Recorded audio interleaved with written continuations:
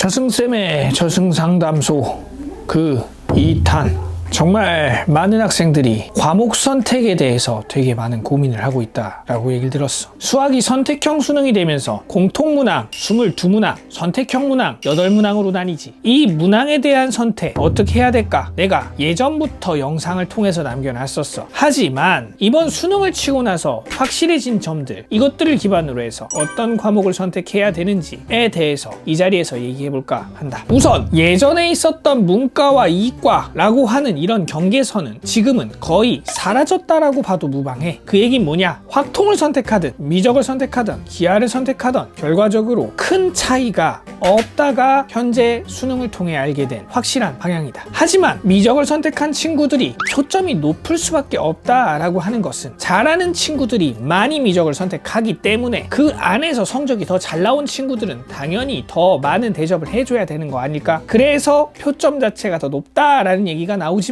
이것은 명심해. 결과적으로 확통보다 미적이 표준 점수가 높다라는 것은 등급이 1등급 안에서만 해당되는 얘기라는 것을 생각을 꼭 해야 된다. 그 얘기는 뭐냐? 같은 1등급 선상에서 더 표준 점수를 높이고 싶다라고 했을 땐 미적이나 기하를 선택하는 게 맞지만 그게 아니라고 했을 때는 확률과 통계를 통해서도 충분히 점수를 확보할 수 있다라는 점. 그래서 사실 문과를 지망한다라고 하는 거가 지금은 많이 바뀌었지. 기하나 미적분에 조금 더 추가적인 혜택을 주지 않는 학교들에 대해서는 확통을 선택해도 무방하다. 왜냐? 결국 확통도 쉽지는 않아. 공부하는 내용이나 범위 같은 면이 축소가 될 뿐이지 실제로 난이도 같은 경우에는 예전 평가원에서는 미적과 기하가 훨씬 어려웠음에도 이번 같은 수능에서는 확통도 충분히 어려웠다라는 거가 지금 확실한 결과를 통해서 나타났지. 그만큼 확통을 선택한 사람들에 대한 1등급에 대한 비중은 훨씬 낮을 거야. 자, 근데 반대로 이렇게 한번 생각해보자. 대학교를 입학하는 학생들은 대부분 문과 학생들 같은 경우에 문과 학생들끼리 경쟁할 수밖에 없는 구조지. 예를 들어서 가장 아이들이 많이 진학하는 문과 계열 중 교육 계열, 상경 계열, 거기에 무역 쪽에 대한 계열들 같은 학과들이 많이 높다. 앤드 외국어 대학교 같은 경우도 있겠지. 자, 이런 대학교들 같은 경우에는